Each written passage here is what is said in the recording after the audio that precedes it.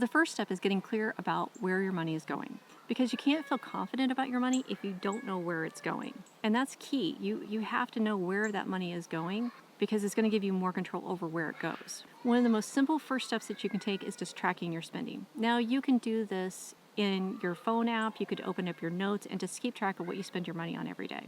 Also, do not put any judgment on this time period. This is a time period just for you to collect data on yourself. That's all it is. So just record what you spent your money on, when you spent your money, and that's it. That's all you need to do.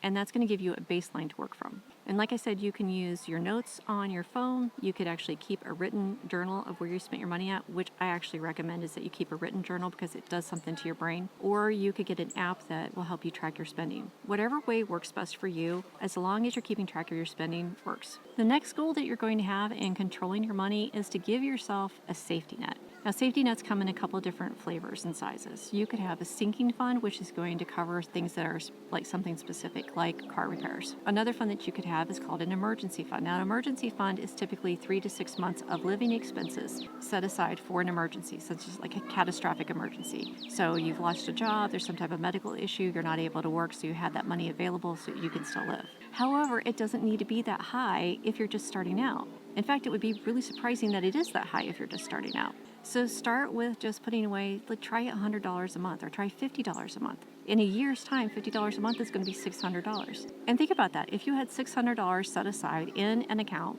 that you knew that if something happened, you had $600 that you could easily access and get a hold of, it would give you a lot more breathing room. Not a perfect amount of breathing room, but a lot more breathing room. And just by having that money set aside, it kind of shifts your mindset and how you think about your finances, because now you're not in fight or flight mode. You know you have money available to you to help cover whatever it is that comes up. By having that money set aside, you feel more confident because you have a safety net. One of the challenges that you could do is maybe have a no-spend weekend. Bring your lunch to work rather than buying lunch. Eat at home rather than eating out. Take a look at how you spent your money the previous time when you're collecting your data and figure out where you could cut back on your budget. And then take those cutbacks and put them into your emergency fund or into your sinking fund, whichever one you want.